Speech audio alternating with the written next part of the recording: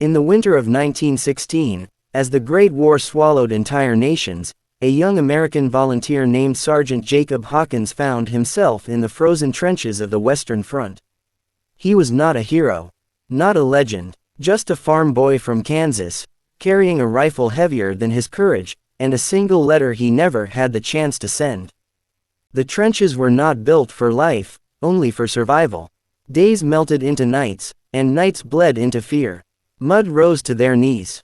Rats crawled over sleeping soldiers.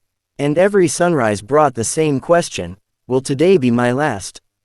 Hawkins wrote to his mother every night, but kept one letter hidden, a letter meant for someone else. Someone who had his heart long before the war claimed his soul. On November 22, Hawkins' unit received orders: capture the enemy outpost on Hill 43. A hill so small on the map, yet so drenched in blood that veterans refused to speak its name.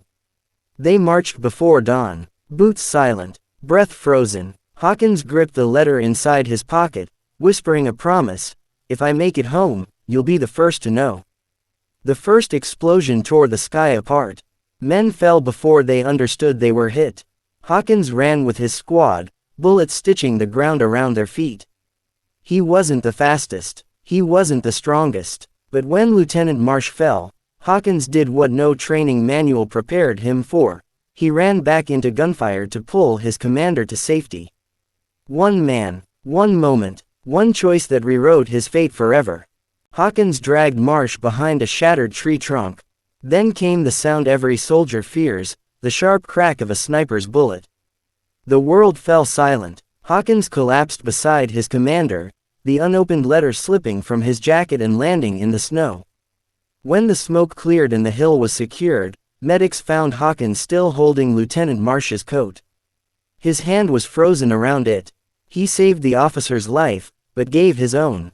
And in his pocket, they found a letter.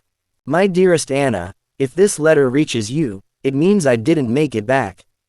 But know this: every step I took on the battlefield, I took with the thought of you. Your voice kept me steady. Your memory kept me brave.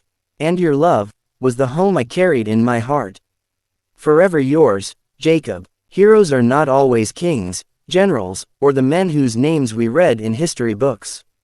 Sometimes, they are farm boys who wrote letters they never got to send.